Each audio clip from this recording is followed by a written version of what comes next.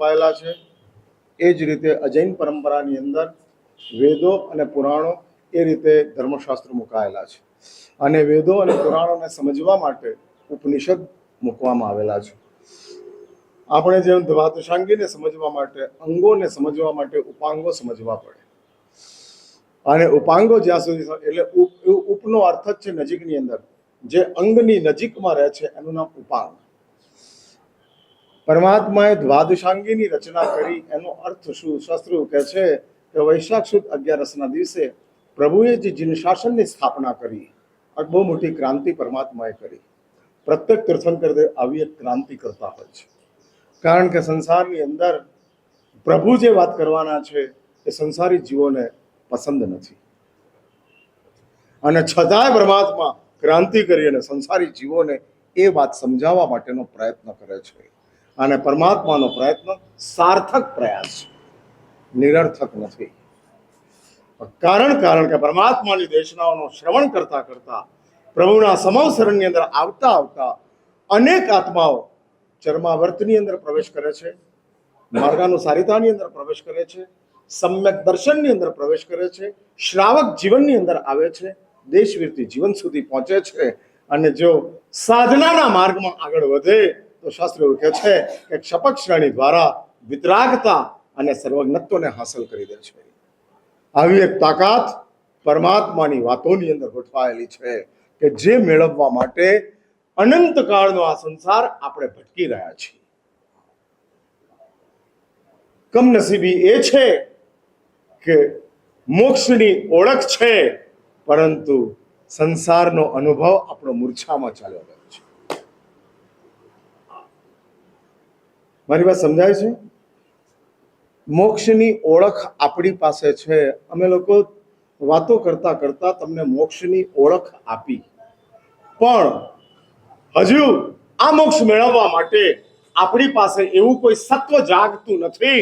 કારણ કે જે સંસારમાં તમે રહો છો એ સંસારનો હજુ તમને સાચો અનુભવ પ્રાપ્ત થયો નથી. હા, અને અનુભવ પ્રાપ્ત નહીં થયો હોવાના કારણે આપણને આ સંસાર ક્યારેક સારો લાગે છે, ક્યારેક ખરાબ લાગે છે. અને આ બંને ભૂમિકાઓ ભ્રમ છે, હા, મિથ્યા છે. ભાઈ, કાગળને કરન્સી કેવી એ જ્ઞાન કે એ ભ્રમ? હું પૂછું છું, કાગળને કરન્સી કેવી? કરન્સીને કાગળ કહેનારો તમારી નજરની અંદર અજ્ઞાની છે. સાંભળજો મારી વાત. કરન્સીને કાગળ કહેનારો, આ 500ની નોટ હોય અને એમ કે આ કાગળ છે, અને તમે માગો ને આપી દેતો હોય. તમે એમ કહો કે ભાઈ તને આ કાગળ લાગે છે, આપી દે, અને 500ની નોટની 100નું બંડલ તમને આપી દેતો હોય તો એ તમને કેવો લાગે? હા, અજ્ઞાની લાગે, ગાંડો લાગે. કેમ? 500ની નોટ છે, કાગળ કે છે, અને તમે માગો છો તો આપી દે છે. એટલે તમારી નજરની અંદર કરન્સીને કાગળ કહેનારો અજ્ઞાની છે. જ્ઞાનીઓની નજરની અંદર કાગળને કરન્સી કહેનારો મોહમાં છે. જે જ્ઞાનીઓ છે, જેની નજરની અંદર જ્ઞાન પ્રાપ્ત થયું છે, જ્ઞાનનો અર્થ શાસ્ત્રો કહે છે સંપૂર્ણ જાણકારી પ્રાપ્ત થાય, એનું નામ જ્ઞાન છે. અને જેને નજરમાં પ્રાપ્ત થયેલું છે, જેને તમે કરન્સી કહો છો, એ જ જેમ 2015ની સાલની અંદર, 16ની સાલની અંદર જે રીતે મોદી સાહેબે 1000 ને 2000ની નોટોને, 500 ને 1000ની નોટોને રદ કરી નાખી, અને તે વખતે તમારી પાસે રહેલા કરન્સી કાગળ બની. તમે કરન્સીને કાગળ સમજી અને નાખવા માટે તૈયાર થયા, આપી દેવા માટે તૈયાર થયા. હું બેંગ્લોર સાઈડમાં હતો તે વખતે મારું ચાતુર્માસ સાઉથ આદોનીની અંદર હતું, અને બેંગ્લોરની અંદર તાજી ત્યાં આગળ એક મંદિરની પ્રતિષ્ઠા થયેલી હતી, અને મંદિરની પ્રતિષ્ઠાની અંદર લોકો કરોડોનો ચઢાવો બોલેલા હતા. અને બોલેલા ચડાવવાની અંદર પૈસા પેન્ડિંગ હતા, અને તે વખતે ગવર્મેન્ટે એક વિન્ડો ખુલ્લી રાખેલી હતી. ભંડારોની અંદરથી ધારો કે પૈસા નીકળે તો અમે તમને એટલી જ સંખ્યાની નવી કરન્સી આપી દઈશું. અને એ મંદિર વાળા મને કીધું કે મહારાજ સાહેબ, લગભગ 15 કરોડના ચડાવવા આવવાના બાકી હતા, 48 કલાકમાં 15 કરોડ આવી ગયા. એટલે જૈન સંઘોએ મોદી સાહેબને રિક્વેસ્ટ કરવી જોઈએ કે દર ત્રીજી ટર્મની અંદર તમે આવી એક ધડાકો કરો કે જેના કારણે સંઘના ખૂબ બાકીલા પૈસા પાછા આવી જાય. હા, ભગવાનનું તો સાંભળતા નથી, પણ મોદીનું તો સાંભળવું પડે એવું છે. હા, ચાલે એવું નથી. અને આમ 15 કરોડ રૂપિયા 48 કલાકની અંદર લોકોને ત્યાં હાર્ડ કેશ પડેલા હતા, હવે કાગળ થઈ ગયા. પણ મંદિરમાં આપી દો તો એ કરન્સી તરીકે જ લાગતી હતી. અને લોકો એ રીતે કેવી જૈનોની ચાલાકી છે, જે પોતાની નજરમાં કાગળ છે એ સંઘોમાં કરન્સી તરીકે આપી દે છે. તમે સમજ્યા મારી વાત? 2 કરોડ આપવાના હતા, જેની નજરમાં જે આપે છે 2 કરોડ, એને માટે તો આ 2 કરોડ કાગળ જ છે. સાચું બોલો, એને ચડાવવાના પૈસા ભર્યા કે ભગવાન સાથે બદમાશી કરી? હા, એટલે આપણો નંબર એમાં ના લાગે, ધ્યાન રાખજો પાછા. હા હા, આપણે આ ચાલતા જાય, આ ગોઠવાતા જાય, અને એ આપણે ગોઠવતા જઈએ. અને આવી ધર્મ સાથેની ચાલાકીઓ ચાલતી જાય. જો આવી જાહેરાત ન થઈ હોત તો હજુ સંઘની અંદર બીજા 3 વર્ષ સુધી પૈસા આવવાના નહોતા. પણ આવી જાહેરાત થઈ, ગવર્મેન્ટે રદ કર્યું અને પૈસા આપી દેવાનું કામ શરૂ થયું. અને સંઘોએ શું કરે, વહીવટદારોએ શું કરે? એ લોકોને ખબર છે કે જો આપણે ના પાડશું તો ચડાવવાના પૈસા જ નહીં આવે, અને માટે આવી ગયા તો આ કામ થઈ જશે.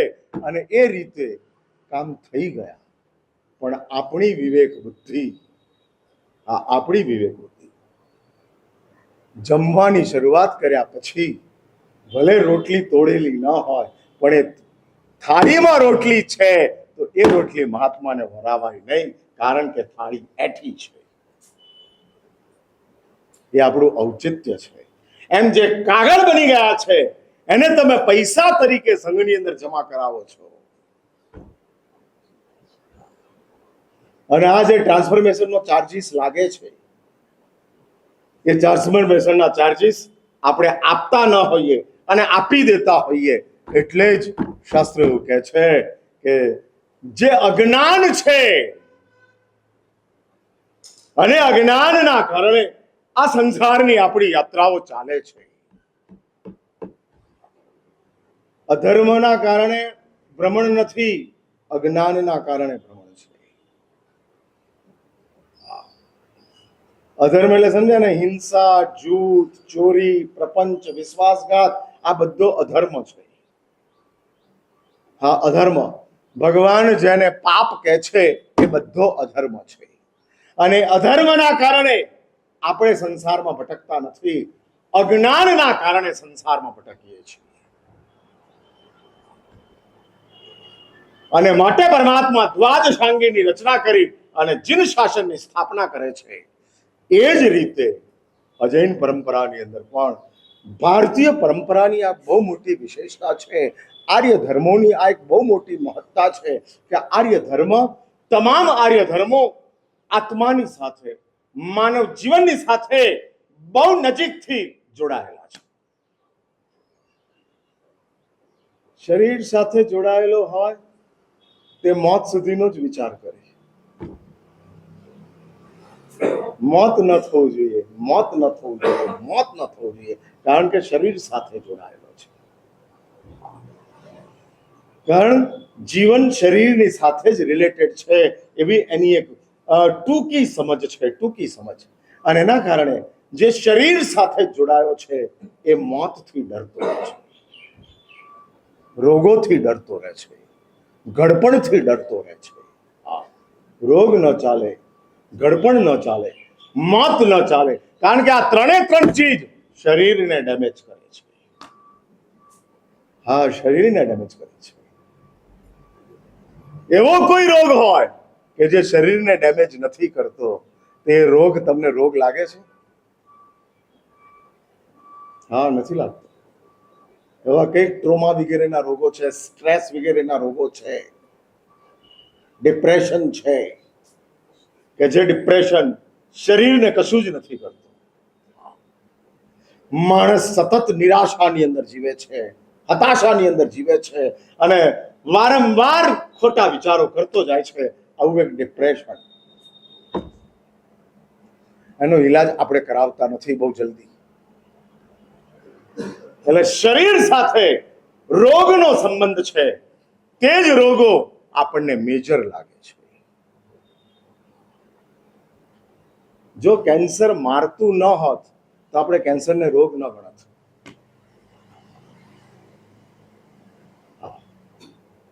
અને માટે જ શરીર જેના કેન્દ્રમાં છે એ માત્ર ને માત્ર મૃત્યુથી ડરતો રહે છે.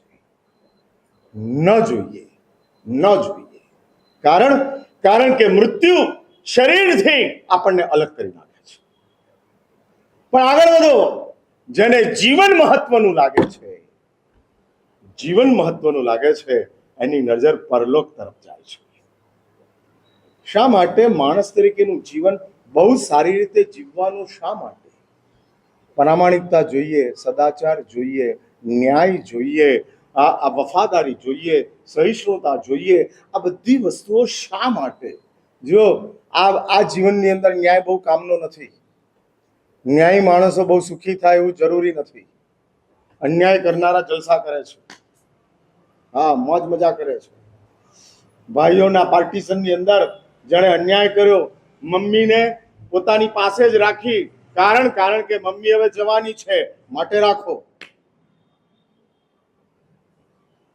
અને મમ્મીને પોતાની પાસે રાખી અને મમ્મીના બધા જ દાગીના પચાવી પાડવા માટે મમ્મીને સાચવે છે. હું તમારા સંસારની વાતો કરું છું. મૂવીમાં જે દેખાડે છે ને કેટલું સાચું છે તે ખબર નથી, પણ હું જે બોલું છું ને 100% સાચું છે. ચાલે. અને એ અન્યાય કરી નાખ્યો મજાથી જીવે છે. એટલે ઘણીવાર સારા માણસો અમને ફરિયાદ કરતા છે, મહારાજ સાહેબ, આ લોકો બધા ખોટું કરે છે છતાં મજામાં કેમ છે?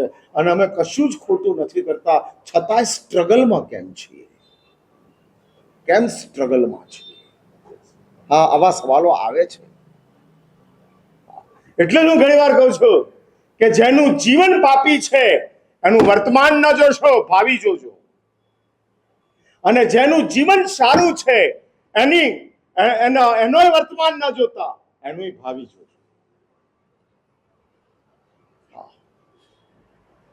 ખરાબ જીવન વાળાનું ભાવિ શું?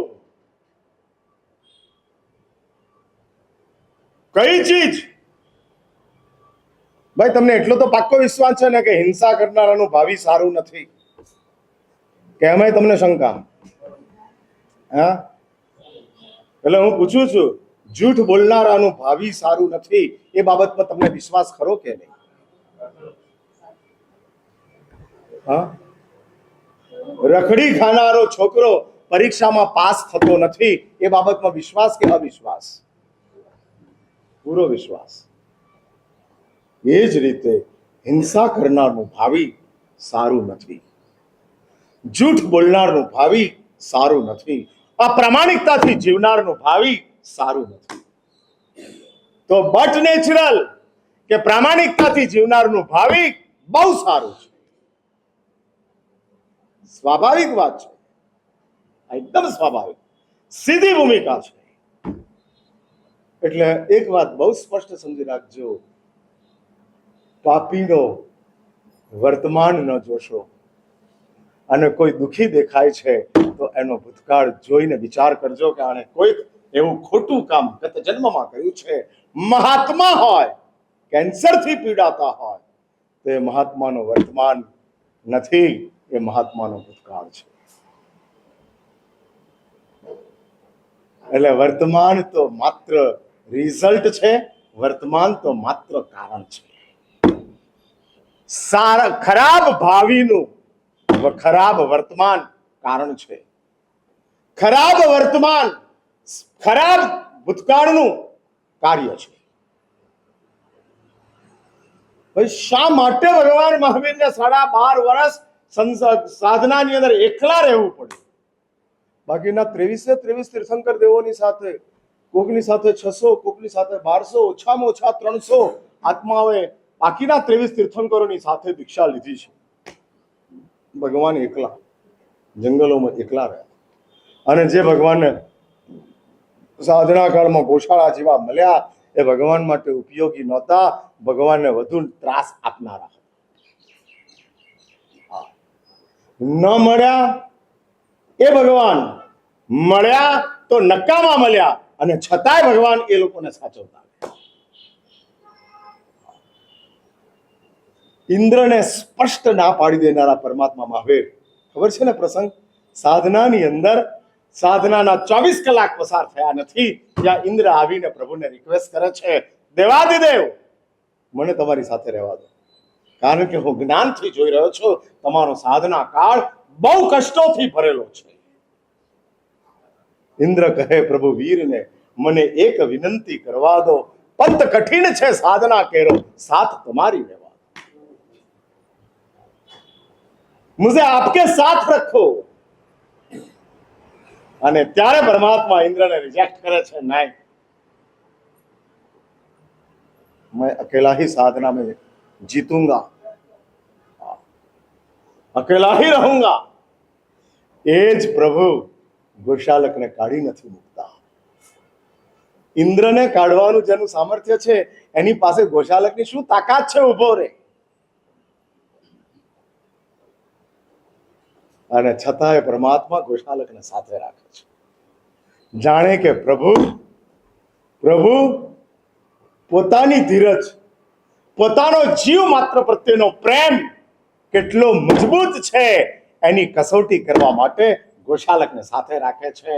રે, હું ના નથી પાડતો, ભલે તું મને ત્રાસ આપે, ભલે તું મને બદનામ કરે, ભલે તું મને હેરાન કરે, પણ મારો જીવ પ્રત્યેનો પ્રેમ, જીવ માત્ર પ્રત્યેનું મારું જે વાલ છે એ વાલ મારું કેટલું મજબૂત છે એ તું સાથે રહે ત્યારે જ જોઈ શકાય છે. અને પ્રભુ સાધનામાં પોતાના મનનો કાર્ડિયોગ્રામ સતત મિનિટે મિનિટે કાઢતા હતા. સાધનાનો અર્થ જ છે જાતનો કાર્ડિયોગ્રામ. MRI કાઢતા જાઓ, જોતા જાઓ, જોતા જાઓ ક્યાં અપ્સ એન્ડ ડાઉન્સ, ક્યાં આગળ તમે ઊંધા છત્તા થયા છો, જોતા જાઓ અને જોવા દ્વારા કરેક્શન કરતા જાઓ. એટલે તમે જ મરીજ અને તમે જ ડોક્ટર, એનું નામ સાધના. અગેન સમજો છો ને? ફરી આપણે જ દર્દી અને આપણે જ ડોક્ટર અને આપણે જ દવા લઈને ઈલાજ કરનારા, સેલ્ફ કન્ટેન્ટ જ્યાં આગળ છે એનું નામ સાધના. એટલે તારે જ તારી બીમારી જોવાની છે, તારે જ તારો એનો ઈલાજ જાણવાનો છે અને તારે જ તેના ઈલાજને એપ્લાય કરવાનો છે. હા, એપ્લાય કરવાનો છે. મિચ્છામી દુક્કડમ કેટલી વાર બોલવું એ તારે નક્કી કરવાનું. નવકાર વાળી કેટલી તારે ગણવી એ તારે નક્કી કરવાનું. હા, એટલે તમામ ધર્મ ઈલાજ છે. આપણો આત્મા બીમાર છે અને આપણા આત્માની બીમારી આપણે જ જોવાની છે. આનું નામ સાધના. અને આરાધનાની અંદર બીમારી કોકની છે અને ડાયગ્નોસિસ કોકનું છે, એનું નામ આરાધના. હા, એટલે કોઈક જિજ્ઞાસુ, કોઈક મુમુક્ષુ ગુરુની પાસે આવે અને ગુરુદેવને એમ કે, ગુરુદેવ ક્રોધ ખૂબ સતાવે છે, શું કરું? અને ગુરુ માર્ગદર્શન આપે એ આરાધના છે. સાધક પોતે જ જાણે, પોતે જ અમલ કરે, પોતે જ વિચાર કરે, એનું નામ સાધના છે. સાધનાની અંદર કોઈનું માર્ગદર્શન નથી. તારું પોતાનું જ માર્ગ તારે આગળ વધવાનું છે. હા હા, તારે આગળ વધવાનું છે અને નીકળવાનું છે. અને એટલે જ જંબુને માટે લગ્ન સાધના બની અને સિંહ ગુફા વાસી માટે વેશ્યા પતનનું કારણ. 8 કન્યાઓની સાથે જંબુના લગ્ન થાય છે. સાધના. સંભળાય છે ને મારી વાત? ફાવે ને તમને? જંબુની સાધના ફાવે ને? હા, શું કહો છો? અત્યારે મોંઘું પડે નહીં, અત્યારે મળે એવું જ નથી, એટલે ફિકર મત કરો. આગે મોંઘું પડે. હા, એકને લાયા છો એ તમારાથી પસ્તાય છે, તો 8ની ક્યાં માંડો છો? હા, એટલે ભૂલી જાઓ, આગે મોંઘું પડે. હું લેવા જવાનું હતું. હા હા, તમે સારા છો એ સમજીને તમારી સાથે કોક આવ્યું હતું, પણ આવ્યા પછી ખબર પડી તમે તો બહુ સસ્તા છો. સારામાંથી સસ્તા થઈ ગયા. હા, એ તમારી કન્ડિશન છે, એટલે ભૂલી જાઓ. પણ આ જંબુની સાધના છે, જીન ધર્મની આ વિશાળતા છે, અને માટે જ પ્રભુ પોતાનો જીવ પ્રત્યેનો પ્રેમ એની કસોટી કરવા માટે, એની હાઈટને ઉચકવા માટે, એની ડેપ્થને વધારવા માટે ગોશાલકને સાથે રાખે છે. તું હોય તો મારો જીવ પ્રત્યેનો પ્રેમ વધુ ને વધુ કરેક્ટ થતો જાય, મજબૂત થતો જાય, મજબૂત બનતો જાય, અને એ જીવ પ્રત્યેનો પ્રેમ એ જ મારી પગદંડી છે કે જેના દ્વારા હું મંજિલ સુધી પહોંચનાર છું. જળ પ્રત્યેનો રાગ પતનની ખાઈ છે, જીવ પ્રત્યેનો પ્રેમ ઉત્થાનની ભૂમિકા છે. આ ઉત્થાનની ભૂમિકા અને પ્રેમ સાથે. એટલે એક વાત સમજી રાખજો, પ્રેમમાં હિંસા પણ હોય એવું એકાંતે નથી કે પ્રેમની અંદર હિંસા ન જ હોય, પણ પ્રેમ અકબંધ હોય. આ અકબંધ હોય પ્રેમ છે. દીકરાને તમે કામ સોંપો છો એનો અર્થ એ નથી કે તમે દીકરાને દુખી કરો છો. દીકરા માટે તમારો પ્રેમ છે, માટે તમે તમારા દીકરાને કામ સોંપો છો. દુનિયામાં હજારો દીકરાઓ છે, કોઈને તમે કામ સોંપતા નથી. હા, કોઈને નથી સોંપતા, તમારા દીકરાને સોંપો છો, કારણ કે તમારો પ્રેમ છે. હા, એટલે પ્રેમની મેટરની અંદર હિંસા હોય જ નહીં, જરૂરી નથી. અહિંસામાં પ્રેમ જ હોય એ જરૂરી નથી, અને હિંસામાં તિરસ્કાર જ હોય તે જરૂરી નથી. સમજાય છે? હું બોલું છું એ સમજાય છે ને? મને કઈ સમજણ નથી પડતી હજુ. આમ તમે થોડા સાંભળવાની બાબતની અંદર જે તમારી પોતાની એક સિન્સિયરિટી અને કોન્સન્ટ્રેશન, એ કોન્સન્ટ્રેશન હજુ ખ્યાલ નથી આવતો. એટલે હું પૂછું છું, હા, શું કન્ફ્યુઝન છે? તો કહો, પણ કન્ફ્યુઝન હોય તો બોલવાનું, એમાં વાંધો નથી. હું કોઈ જજ તરીકે જજમેન્ટ આપતો નથી, હું આર્ગ્યુમેન્ટ જ કરું છું. એટલે કન્ફ્યુઝન હોય તો તમે પૂછી શકો કઈ ચીજ છે. ભગવાને સાધુને માટે લોચ બતાડ્યો. શું ભગવાનનો પ્રેમ નતો માટે લોચ બતાડ્યો? પગપાળા વિહાર મહાત્માઓને પરમાત્માએ કીધો. શું ભગવાન અમને લોકોને દુખી કરવા માટે પગપાળા વિહાર કીધો? લોચ અમને દુખી કરવા માટે કીધો? બપોરના ટાઈમે ધોમ તડકાની અંદર ગોચરી વારવા જવાની વાત પરમાત્માએ કરી. શું પરમાત્માને અમારા પર પ્રેમ નહોતો? જલ્દી જલ્દી. હા, હતો જ તો ભાઈ તડકામાં દુઃખ થાય, લોચમાં દુઃખ થાય. પ્રભુ એમ કે છે કે આ બધા દુઃખ એ તારો ઈલાજ છે. દુઃખ દુઃખ નથી, ઈલાજ છે. ઇન્જેક્શન કે ઓપરેશન દુઃખ છે, પણ એ દુઃખ નથી, એ ઈલાજ છે. મમ્મી છોકરાને બાથરૂમમાં પૂરી દે એ દુખી નથી કરતી, છોકરાને ટ્રેન કરે છે. હા, અને એક વાત લખી રાખજો, જે ધર્મ તમને દુખી કરે એવો લાગે ને એ ધર્મ કરતા નહીં તો એ ધર્મ તમારા માટે સાધક બનવાને બદલે બાધક બની જશે. ધર્મ તો ટ્રીટમેન્ટ છે, બાધક નથી, સાધક છે, ઈલાજ છે, ઈલાજ. ચોવિયાર કરો છો, રાત્રે તરસ લાગી છે, પાણી નથી પીતા, દુખી છો તો ચોવિયાર ન કરતા. દુખી થઈને પણ ધર્મ કરવો એ શરૂઆતની ભૂમિકા, સમજની ભૂમિકા, પછી સમજીને જ ધર્મ કરાય. સાંભળી મારી વાત? એટલે બાળકને પરાણે તમે ધર્મ કરાવો કારણ કે સમજ નથી માટે. એટલે પ્રારંભની ભૂમિકામાં દુખી થઈને પણ ધર્મ કરાવાય, પણ સમજની ભૂમિકા આવ્યા પછી, અન્ડરસ્ટેન્ડિંગ નું લેવલ ડેવલપ થયા પછી દુખી થઈને ધર્મ ન કરાય. હા, અને માટે જ શાસ્ત્રોએ દુખી થઈ અને ધર્મ ન કરો એટલા માટે જ શાસ્ત્રોએ કેટલાક સમાધાનો મૂક્યા છે. હા, ગોઠવ્યા છે, બતાડ્યા છે.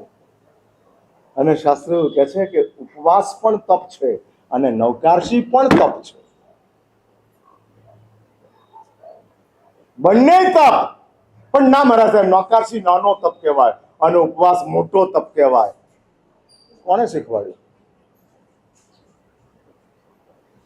ભાઈ, ગણિતમાં શૂન્યની કિંમત કેટલી?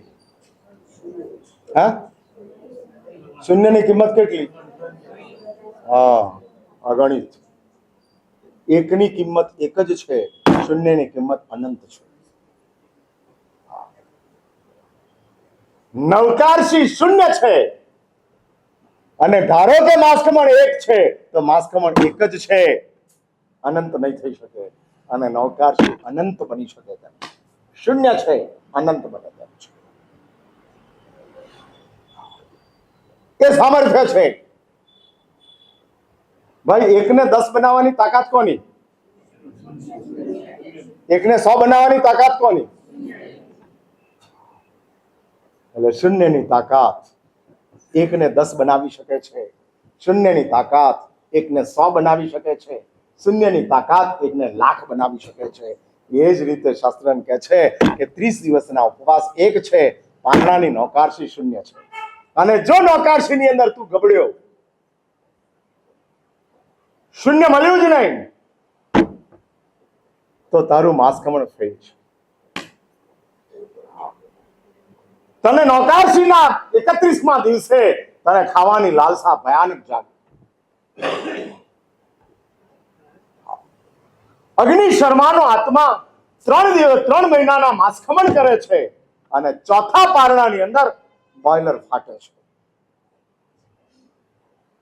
નવકારશીના ટાઈમની અંદર આવેશ આવે છે અને આવેલા આવેશના કારણે શાસ્ત્રો કહે છે કે અગ્નિ શર્મા ભાવ કષાયોની અંદર પોતાની જાતને ડુબાડી અને ખતમ કરી નાખી. એટલે યાદ રાખજો, આધ્યાત્મિક જગતની અંદર સંખ્યા કરતા શૂન્ય વધારે મૂલ્યવાન છે. ભૌતિક જગતની અંદર સંખ્યા મહત્વની છે, આધ્યાત્મિક જગતમાં શૂન્ય મહત્વનું છે. અને આ સમજવું જરૂરી છે. હા, શૂન્યમાં હોય નહીં થાય, કશું નહીં થાય. એટલે આધ્યાત્મિક જગત આપણી શૂન્યતાને વેલ્યુએબલ ગણે છે. હા, 11 અંગના પાટી જમાલી નિર્ણવ ગણાયા. હા, અને નૌકાર નહોતો આવડતો એવા કઈક આત્માઓને વિતરાગતા સુધી પહોંચાડી દીધા. એટલે શૂન્યનો અર્થ જ આપણી પોતાની મેન્ટાલિટી એ શૂન્ય છે. આરાધના તે સંખ્યા છે, સ્વભાવ તે શૂન્ય છે. સ્વભાવની કેટલી હાઈટ છે, કેટલી ઊંચાઈ છે એ નક્કી કરો, ત્યારે તમારી આરાધના ઉચકાશે. कुछ खास नहीं। 180 દિવસ સુધી સંગમે ભગવાનને ગોચરી વાપરવા દીધી નથી. 180 days કોન્સ્ટન્ટ. પાણી પણ નહીં, ગોચરી તો નહીં, પાણી પણ નહીં. 180 દિવસ લગાતાર. અને છતાં 181માં દિવસે ભગવાન એ જ પ્રસન્નતા, એ જ મજાની અંદર વર્ષી તપના બેસનાનો ટાઈમ 8:15 વાગ્યાનો હોય અને 8:30 સુધી પીરસાય નહીં તો આપણી ધીરજ કેટલી રહે છે? પરસીનું પચકાણ કરીને 9:30 સુધી ભૂખ્યા રહેવાય, પણ નવકારસીના પચકાણમાં 8:30 15 મિનિટ વેઇટ ન કરાય. એટલે શૂન્ય તે સ્વભાવ છે, આરાધના તે સંખ્યા છે. અને માટે જ જૈન શાસ્ત્રકારો કહે છે કે ભાઈ આ જીવન પ્રાપ્ત કર્યા પછી, એટલે હું તમને ઉપનિષદની વાત કરતો હતો, વેદો અને પુરાણોની અંદર જવા માટે ઉપનિષદની વાતો આવે છે. અને મેં એક નાનકડી ઘટના મુકાયેલી છે. યમ અને નચિકેતાનો વાર્તાલાપ થયો છે. એ લોકો એવું માને છે કે મૃત્યુના સમયે યમ લેવા આવે છે અને યમ લઈ જાય છે. અને યમરાજ નામનો એક દેવ છે, જે મૃત્યુનો દેવ છે, એ અહીંથી ઉપાડે છે. જૈન દર્શન આ બાબતોની અંદર બહુ પ્રેક્ટિકલ વાતો કરે છે. એટલે આ બાબતોની અંદર જૈન દર્શન પોતાની ભૂમિકા જુદી મૂકે છે. એની ચર્ચા અત્યારે નથી કરવી. અને આ નચિકેતા અને યમની વચ્ચે સંવાદ થાય છે. 9 વર્ષની ઉંમરનું બાળક છે નચિકેતા, અને એને યમ મળી જાય છે. નચિકેતાનું સરળ અને નિર્દોષ જીવન જોઈ અને યમ પ્રસન્ન થાય છે. અને તે પ્રસન્ન થયેલા યમ કહે છે કે દોસ્ત, मैं मृत्यु का देव हूं, तेरे पे राजी हुआ हूं, तुझे कुछ चाहिए तो मैं देना चाहता हूं. યમને એમ કે નાનકડું 9 વર્ષની ઉંમરનો બાળક છે, શું માગી લેવાનો? કેડબરી માગશે, રમકડા માગશે, વિડીયો ગેમ માગી લેશે, આપી દઈશું. પણ આ તો નચિકેતા હતો,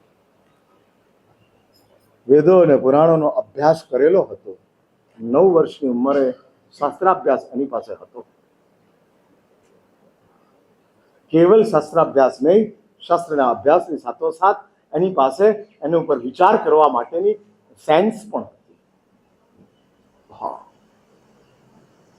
અને માટે એને વારંવાર સાંભળેલું હતું, પરલોક છે, પરમાત્મા છે, મોક્ષ છે, મૃત્યુ પછીની દુનિયા કઈ હોઈ શકે, શું બની શકે? મેં તમને કીધું ને, જેને શરીર જ કેન્દ્રમાં છે એ મોતનો વિચાર કરશે. જેનું જીવન, જેના કેન્દ્રમાં જીવન છે એ પરલોકનો વિચાર કરે છે. અને જેના કેન્દ્રમાં આત્મા છે એ મોક્ષનો વિચાર કરે છે. પરલોકમાં સદગતિ મળી જાય એનાથી કેન્દ્રમાં રહેલા આત્માવાળા આત્માને, માણસને મજા નથી આવતી. શું કરવાનું?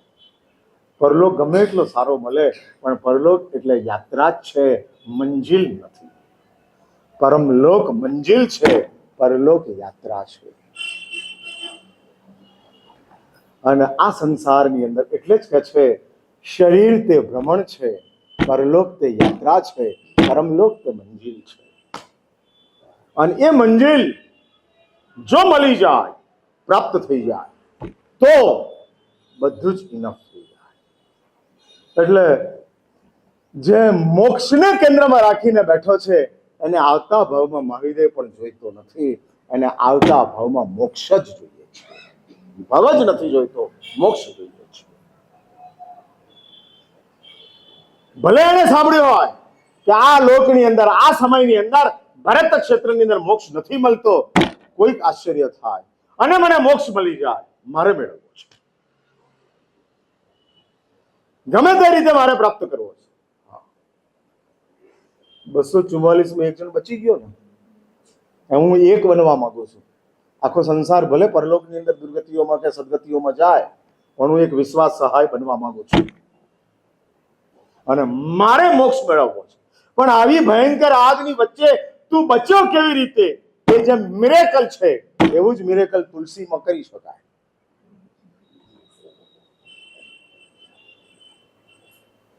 આવું છે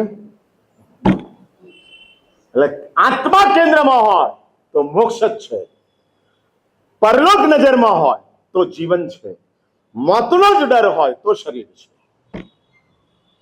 બહુ મજા નથી મોતના ડરની અંદર. જે વાસ્તવિકતા છે એનો ડર શું રાખવાનો?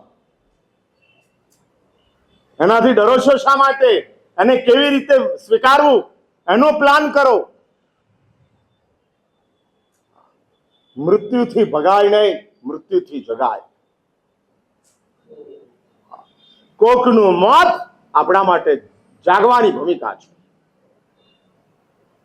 અને માટે જ આ नचिकेता यमने कहे છે કે प्रभु यदि आप मेरे पे प्रसन्न हुए हो तो मेरी आपको विनंती है कि मृत्यु के बाद की दुनिया का मुझे दर्शन करना. હવે એમ તો વચનબદ્ધ હતા એટલે જે માગે તે આપવું પડે તેમ હતું અને વચનબદ્ધ यम चलो बेटा मृत्यु के बाद की दुनिया का दर्शन करना है मैं लेके जाता हूं. અને यम નચિકેતાને ઉઠાવે છે. મૃત્યુ પછીની પરલોકની દુનિયામાં દેવલોકની લટાર મરાવે છે. આ જૈન ઉપનિષદોની અંદર આવતી વાત છે અને નચિકેતાને દેવલોક दिखाए છે. देख कितने मजा में देवलोक के देवात्मा जीते हैं, कितनी खुशियों और सुखियों सुख के बीच में रहते हैं और पूरा देवलोक की यात्रा करा के मर्त्यलोक में वापस लाए. नचिकेता को यम पूछता है बेटा अब तो राजी? नहीं प्रभु, आपने मृत्यु के बाद की आधी दुनिया दिखाई है, आधी बाकी. ऊपर की दुनिया दिखाई, नीचे की दिखाओ. અને ત્યારે યમ નચિકેતાને કહે છે, યમ ધ્રુજી જાય છે, હાલી જાય છે. દુનિયાને મારનારો પોતાના મોતથી ડરે છે. હા, દુઃખ દેનારો દુઃખથી ડરે છે. હાલ આ દુનિયાની અંદર જે અપાય છે એનાથી ખુશ થાય. પ્રભાવનાથી તમે ખુશ થાવ છો કારણ કે તમે સારી ચીજ આપો છો માટે તમે ખુશ છો. પણ કોકને તમે દુઃખ આપતા હો અને ખુશ થતા હો તો સમજજો એ દુઃખ તમારા માટે કાતિલ બની જનાર છે. કોકને દુઃખ આપવાની તમારી કેપેસિટી બહુ લિમિટેડ છે, પણ તમને જે દુઃખ આપવાનું છે ને એની કેપેસિટી અનલિમિટેડ છે. તમે કોકને મારી શકશો, કોકને બદનામ કરી શકશો, કોકનું અપમાન કરી શકશો, કોકની ઉપેક્ષા કરી શકશો, કોકની નિંદા કરી શકશો, કોકને તિરસ્કાર આપી શકશો. આનાથી વધારે તમારી દુઃખી કરવાની તાકાત નથી. એટલે દુઃખ આપવાની તમારી લિમિટેશન છે અને તમને જે દુઃખ આપવાના છે ને એની લિમિટેશન અનલિમિટ છે. કોઈ લિમિટ નથી. એવા દુઃખો તૂટી પડવાના છે, અનલિમિટ. એટલે મહેરબાની કરીને આ વિચાર કરતા રહેજો. અને ત્યાં યમ ધ્રુજી જાય છે અને ધ્રુજેલો યમ नचिकेता કહે છે કે बेटा मृत्यु मानुप्राक्षी, मौत के बाद की जो नीचे की दुनिया है उसकी चिंता, उसकी बात मत कर, भयानक है. હા, ભયાનક. અને એટલે જ ટાઈમ થઈ ગયો, વાત પૂરી કરું છું. આપણી પાસે જે જીવન પ્રાપ્ત થયું છે, હજુ કાલનો દિવસ છું. હા, એટલે મારું ચોમાસું પ્રેરણા તીર્થ છે, ત્યાં આવજો. આ તો હું માર્કેટિંગ કરવા નીકળ્યો છું. હા, અને પ્રમોટર પોતે જ માર્કેટિંગમાં નીકળે તો એ સ્ક્રિપ્ટની વેલ્યુ વધી જાય. એટલે હું પ્રમોટર પોતે જ માર્કેટિંગમાં નીકળ્યો છું. તમારી પાસે કેનવાસિંગ કરવા આવ્યો છું કે ભાઈ શોર્ટલી ઓપનિંગ. હા, શોર્ટલી ઓપનિંગ. 6 જુલાઈનો મારો ચાતુર્માસ પ્રવેશ છે અને આ એરિયાની અંદર મારું બહુ આવવાનું થતું નથી. અમદાવાદમાં ઘણું રોકાવાનું થાય પણ કેટલોક એરિયા હોય ને કે આ બ્રાન્ડેડ એરિયાની અંદર.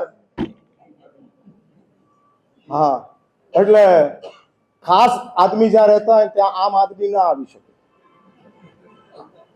અને અહીં બધા વીઆઈપીઝ રહેતા હોય. 1.25 લાખનો મીટરનો ભાવ કે વારનો ભાવ?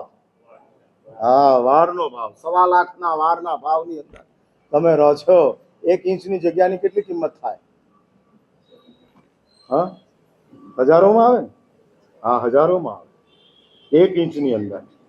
હવે એમાં અમારું ક્યાં અંગૂઠો બેહે, એટલે બહુ આવવાનું થયું નથી, પણ આ વખતે પ્રેરણા તીર્થનો નંબર લાગી ગયો,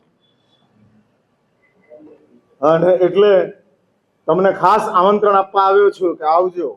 સામાન્ય રીતે અમદાવાદમાં એવી તાસીર છે ને કે જે અપાસરામાં મારા સાહેબ આવે એનું સાંભળી લેવાનું, ગમે કે ના ગમે કલાક પૂરો કરી દેવાનો. હા, એટલે સામાયિક કરવા માટે આવે, વ્યાખ્યાન સાંભળવા ના આવે. શાક લેવા માટે દૂર સુધી જાય, સાંભળવા માટે દૂર સુધી ના જવાય. સાંભળી જ લેવાનું છે ને પછી ક્યાં આગળ વધવાનું છે. પણ એ વિચાર પ્રવચન માટે છોડો અને જ્યાં સારું સાંભળવાનું મળે ત્યાં પહોંચો. ફેમિલી ડોક્ટર કે આપણી પસંદગીની હોસ્પિટલ 50 કિલોમીટર દૂર હોય તો તે હોસ્પિટલમાં જઈને જ આપણે ઈલાજ કરાવીએ છીએ. ભલે 50 કિલોમીટર હોય ત્યાં જ જવાય. એ જ રીતે હા, પેલા આમ થોડો અપડેટ થાવ, અપડેટ. રૂટીનમાં મત રહો, ઉપર આવતા જાઓ, અને ઉપર આવવાની ભૂમિકા આપણી ઊભી થાય માટે જ આ વાત કરવી છે. અને એટલે જ કહું છું કે આ માણસ તરીકેના જીવનની અંદર પ્રવેશ કર્યા પછી જો શરીરની જ ભૂમિકા હોય તો મારે વિશેષ કોઈ વાત કરવી નથી, છોડી દો. ઠીક છે, હવે શરીર 50, 60, 70 વર્ષ છે ને વાત પૂરી કરો. પણ જો તમને જીવન માટેની કોઈ ગંભીરતા હોય, તમને જો તમારા આત્મા માટેનો કોઈ વિચાર હોય તો હું તમને એના માટેની ટિપ્સ આપવા માંગુ છું. મૃત્યુ સુધીના જીવનને બદલવા માટેના જે તનતોડ પ્રયત્ન ચાલે છે એ તમારા ફોગટ છે, કામના છે જ.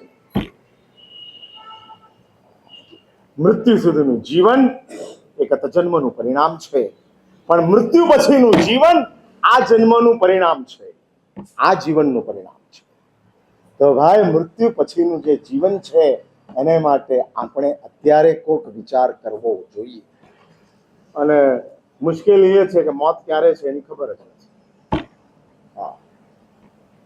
12 જૂનના દિવસે 1:40 1:36 સુધી 245 લોકો બધા જ ફ્લાઇટની અંદર બેઠેલા હતા, ખબર જ નહોતી. અને 1 મિનિટની અંદર આખું ટેબલ ટર્ન થઈ ગયું. ભાઈ, આવી ઘટનાઓ તમને જગાડે કે ના જગાડે? હા, આવી ઘટનાઓ તમને આમ હલાવે કે ના હલાવે અંદર? કે માત્ર રોબોટ? હા, શું રોબોટ જેવું હોય છે? પગમાં કાંટો વાગે તો રોબોટ કે હાચો? હા, પગમાં કાંટો વાગે રોબોટ કે હાચો? સાચો. તો આ મનમાં કાંટો વાગે હાચો કે ખોટો? આ 245 જણા એક સાથે ખતમ થઈ ગયા.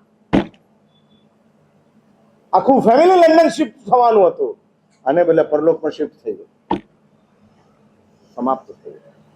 જાગી જાઓ, જાગી જાઓ. કમસે કમ 245 ગયા છે. 245 દિવસ સુધી તો યાદ રાખો. એક દિવસ માટે એક ને આપો કે આ શું?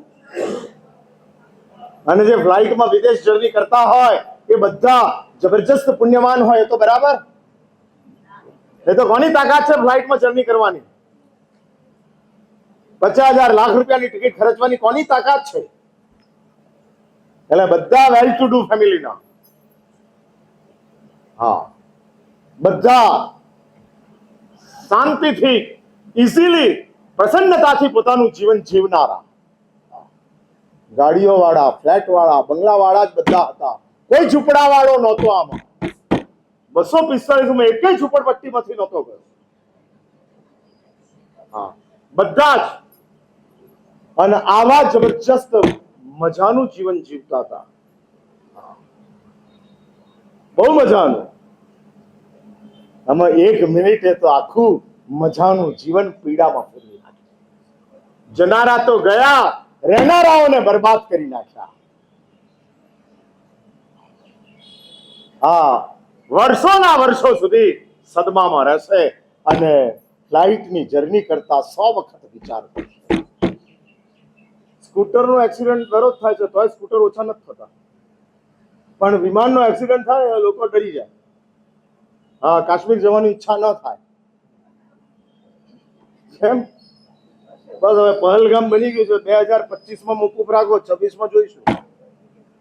એટલે એક પહલગામની અસર આખું વર્ષ થાય છે.